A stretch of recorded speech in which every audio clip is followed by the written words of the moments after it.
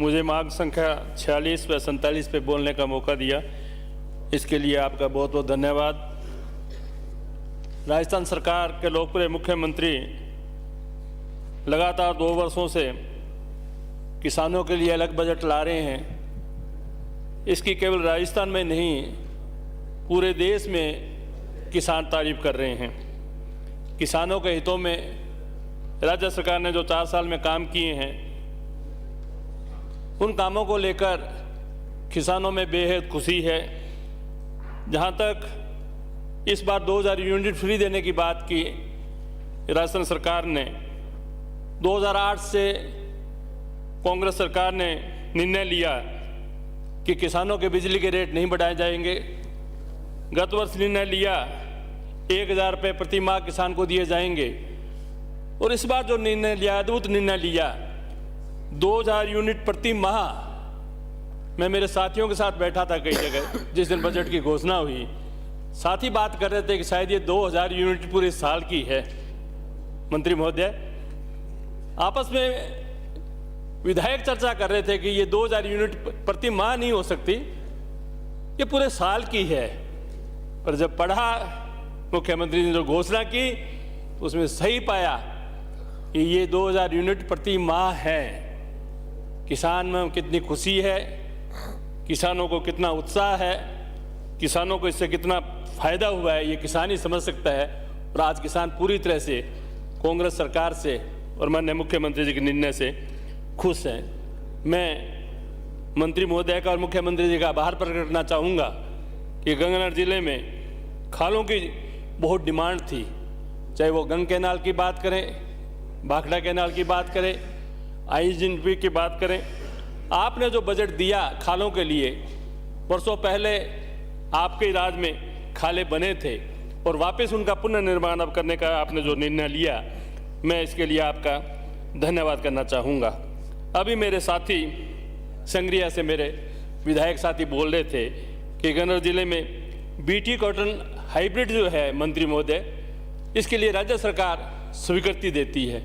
इस बार नहरों की बंदी आ रही है। मैं भी आपसे निवेदन करना चाहूँगा कि गत वर्ष अप्रैल में इसकी स्वीकृति मिली थी, राज्य सरकार इसकी स्वीकृति देती है। आप अगर इसकी जल्दी स्वीकृति दे देंगे तो हमारे ज़िले को फायदा होगा, क्योंकि हमारे ज़िले में INJP की भी बंदी आ रही है, भाखड़ा की भी बंदी आ रही है और गंग कैनाल की बंदी आ रही है।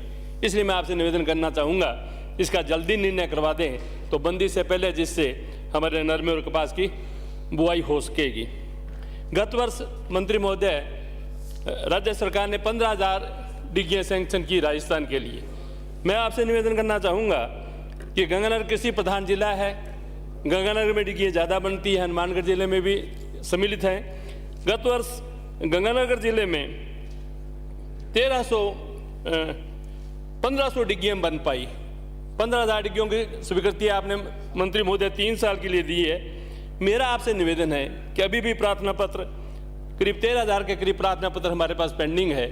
मैं राज्य सरकार से और आपसे निवेदन करना चाहूँगा कि हमारे ज़िले में कम से कम इस वर्ष 5,000 डिग्गियाँ स्वीकृत आप करें, जिससे किसानों को फायदा होगा। अभी मेरे साथी सदस्य कह रहे थे कि 2018 में जो डिग्गियों के लिए अनुदान स्वीकृत हुआ था तत्कालीन भाजपा के शासन में, उसकी पेमेंट नहीं मिली। मैं मेरे साथी से निवेदन करना चाहूँगा कि इसे चेक कर लें। राजस्थान के लोकप्रिय मुख्यमंत्री जी ने 2020 में इस आदेश के साथ डिग्गियों का भुगतान किया था कि केंद्र सरकार से जब भी पैसा आएगा आ जाएगा, परंतु राजस्थान सरकार तमाम उन डिग्गियों का भुगतान कर देगी। और अगर किसी डिग्गी का भुगतान नहीं होगा तो राज्य सरकार का वो अधिकारी उसके लिए जिम्मेवार होगा। इसलिए मैं नहीं सोचता कि किसी डिग्गी का भुगतान बाकी रहा है, परंतु अगर आपके नॉलेज में हैं तो आप सरकार को इससे अवगत कराएं, जिससे ऐसे अधिकारी के खिलाफ कार्रवाई की जा सके। अब वाली डिग्गियों का भुगतान भी आज मेरी वहाँ अधिकारियों से बात हुई है, भुगतान पहुँच गया है। आपने 2018-2019 का जिक्र किया, इसलिए मैं आपकी नॉलेज में ये बात लाना चाहता था।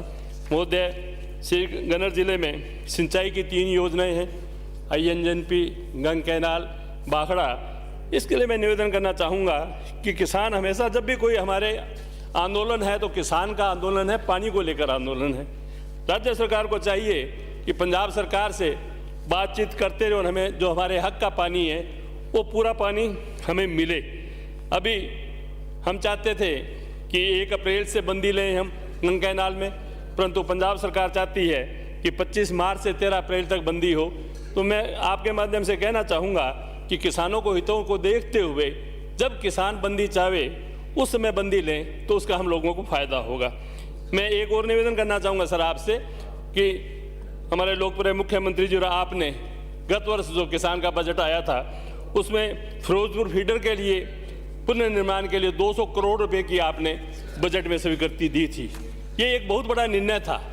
1927 में महाराजा गंगा सिंह जी गंगा कैनाल लाए, उसके बाद गंगा कैनाल की हालत जर्जर हो गई थी। अगर उस कैनाल को ठीक करने का और पुनर्निर्माण करने का काम किया तो राजस्थान के लोकप्रिय मुख्यमंत्री जब पहली बार मुख्यमंत्री बने तब निर्णय करके राजस्थान गंगा कैनाल को ठीक करने के लिए 446 करोड़ रुपये स्वीकृत हुए थे, जो बाद में 750 करोड़ हो गए थे। अब फिर 200 करोड़ रुपये गत वर्ष आपने बजट में रखे। वो फिरोजपुर फीडर का DPR तैयार है, पंजाब उसमें कुछ आनाकानी कर रहा है, लेट कर रहा है। मैं मंत्री महोदय से निवेदन करना चाहूँगा कि आप पंजाब सरकार पर दबाव बनाकर इस काम को जल्दी से जल्दी शुरू कराएं, जिससे हम लोगों को अपने हक का पानी पूरा मिल सके। समय समय पर सर ओलावृष्टि, पाली पड़ने, अत्यधिक बारिश होने से किसानों को नुकसान होता है। इसके लिए भी हम लोगों की जिम्मेवारी है कि हम किसान को जल्दी से जल्दी उसका मुआवजा दें, जिससे किसान को फ़ायदा हो सके। जिन्स की बात कर रहा था मैं, अभी भी मिनिमम सपोर्ट प्राइस पे बात हो रही थी। मैं आपसे निवेदन करना चाहूँगा सर, सरसों की फसल आ गई है, किसान सरसों को मंडी में लाने लग गया है बेचने के लिए, परंतु अभी तक सरकारी खरीद है वो चालू नहीं हुई। चाहे भारत सरकार से कितनी बार कहा मिनिमम सपोर्ट प्राइस पे किसान दुखी हैं, पूरे हिंदुस्तान का किसान दुखी हैं। कई जिन्स है जिन पे सपोर्ट प्राइस आपकी मिलती नहीं, और मिलती भी है तो फसल पहले आ जाती है और आपके सरकारी खरीद बाद में शुरू हो जाती है। नुकसान इससे किसान को होता है, सरकार पूरा उसको खरीद नहीं पाती। तो इस तरह की कोई व्यवस्था की जाए कि जब भी फसल आए, फसल कई बार आगे आ जाती है, कई बार 10 दिन लेट हो जाती है, प्रकृति के अनुसार चलती है, पर उसमें ये नियम होना चाहिए कि जब भी फसल आ जाए किसान की तो हम लोगों को उसकी खरीद शुरू करनी चाहिए। आज मेरे साथी भारतीय जनता पार्टी के किसानों के लिए बड़ी बड़ी चर्चा कर रहे थे। ये नहीं सोचा हमने कि 4 साल पहले किसान क्यों बॉर्डर पे बैठा रहा, कोविड में किसान क्यों बॉर्डर पे बैठा रहा। मिनिमम सपोर्ट प्राइस के लिए पूरा हिंदुस्तान का किसान एकजुट हो गया, परंतु इनके जूं नहीं रहेंगी। ये केवल किसानों के भले की बात करते हैं, पर मैं इनको ध्यान में दिलाना चाहूँगा कि जब जाओगे ना लोगों के बीच में तब मालूम लगेगा कि जो 750 किसानों ने शहादत दी, अपनी 750 परिवार उजड़ गए, वो लोग आपको माफ़ नहीं करेंगे।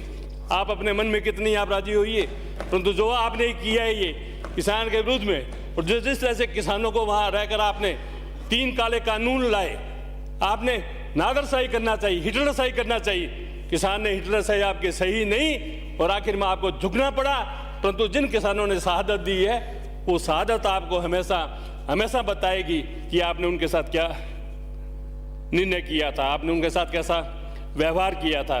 सर पशुपालन के मामले में कहना चाहूँगा छोटी सी बात, आवारा पशुओं के लिए फसल बचाने के लिए राज्य सरकार ने 200 करोड़ का प्रावधान किए है। इसके लिए तो मैं आपको बधाई देना चाहूँगा, परंतु मैं नम्र निवेदन करना चाहूँगा कि आवारा पशुओं से न केवल किसान दुखी है, बल्कि आज जो एक्सीडेंट हो रहे हैं, चाहे वो नेशनल हाईवे पे जाइए चाहे स्टेट हाईवे पे जाइए, सर बहुत हो रहा है। गाड़ी चलाना आदमी को मुश्किल है, उसको मालूम नहीं है कि मैं अपने स्थान पे पहुंच पाऊंगा या नहीं। इसके लिए सरकार को बहुत ही सीरियसली लेकर इसका प्लान बनाना चाहिए। कम से कम आवारा पशु बाहर नहीं घूमे, सड़कों पे नहीं घूमे। बच्चों की मौत हो जाती है, आदमी की मौत हो जाती है, महिलाओं की मौत हो जाती है, सड़क पे चलना मुश्किल है, आप जा रहे हो पता नहीं आप कहाँ पहुँचोगे, कहाँ पशु आगे आ जाएगा। इसलिए सरकार को कोई ना कोई ऐसा सिस्टम बनाना चाहिए, चाहे आप नंदीशाला ज़्यादा बनावें, चाहे आप गौशाला ज़्यादा बनावें, चाहे हम गऊ को माता की बात करते हैं, परंतु इनसे जब निपटने के लिए 200 करोड़ रुपया किसानों के तारबंदी के लिए सही निर्णय लिया आपने, परंतु इन आवारा पशुओं से बचाने के लिए हम लोगों को मदद करने की आवश्यकता है। और सरकार को चाहिए कि इसमें जरूर जल्दी से जल्दी जो भी हो सके वो निर्णय सरकार को करना चाहिए। सर मैं निवेदन करना चाहूँगा आपसे कि पंजाब से जो पानी आ रहा है, मैंने पूर्व में भी अपनी बात कई बार कही है कि जो जहरीला पानी आ रहा है उसका पंजाब ने अभी तक एक एसटीपी बनाया है। चाहे आज आप पार्टी की सरकार आ गई, बातें वो कितनी कितनी करें, आगे चाहे जयपुर में जाके कोई रैली कर लें, उन रैली से फर्क पड़ने वाला नहीं है। मेरी बात अगर उन तक पहुंचे तो 6 महीने में वहाँ के लोग दुखी हो गए आप सरकार से। 6 महीने के बाद पूछिए कि क्या हालात है वहाँ पर, क्या लॉ एंड ऑर्डर की स्थिति है। और पानी जहरीला पाने के लिए वो बात करते थे कि हमारी सरकार आ जाएगी तो हम पानी स्वच्छ दे देंगे। अभी तक मेरी नॉलेज में जो है केवल एक एसटीपी बना है। इसलिए मैं आपसे निवेदन करना चाहूँगा सर कि इस बारे में सरकार को सीरियसली होकर बात करनी चाहिए और कोशिश करनी चाहिए कि जल्दी से जल्दी हम लोगों को स्वच्छ पानी मिले। उस पानी जहरीले पानी मिलने से हम लोगों को बहुत नुकसान है, न जाने कितने लोगों को कैंसर होता है, दूसरी बीमारियाँ होती है। इसलिए सरकार, पंजाब सरकार से बात कर कर जो उन्होंने वादा किया था, पूर्व सरकार ने जो वादा हमसे किया था, उस वादे पे वो खरे उतरे। इस बात की हम लोगों को कोशिश करनी चाहिए। महोदय, मैं आपको इस बात के लिए भी बधाई दूंगा कि जैविक खेती के लिए 50,000 कृषकों को जैविक खेती हेतु प्रति कृषक 5,000 रुपये की इनपुट सब्सिडी दी जाएगी। मैं इसलिए निवेदन करना चाहूँगा कि आपको कि हम जानते हैं कि किस तरह से जहरीली खेती हो रही है।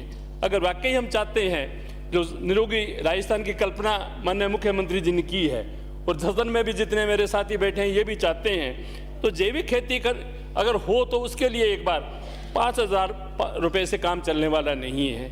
जब तक उस किसान का जो नुकसान होने वाला है, उत्पादन एक बार उसका कम होगा, उसकी जब तक हम पूरी भरपाई नहीं करेंगे तब तक मैं सोचता हूँ कि ये जैविक खेती की जो कल्पना हमारी है, जो हमारी सोच है, उसमें शायद हम इतनी जल्दी कामयाब नहीं हो पाएंगे।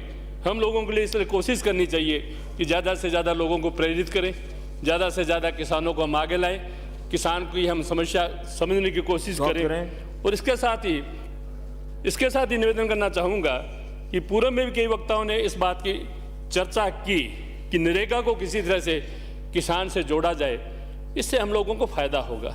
हमारे इलाके में तो अभी भी ये स्थिति है कि लोकल लेबर मिलना बहुत मुश्किल है। बेनीवाल, अगर नरेगा को किसान से जोड़ देंगे तो निश्चित रूप से हमको फायदा होगा। सभापति महोदय, आपने मुझे बोलने का मौका दिया, आपको बहुत बहुत धन्यवाद। जय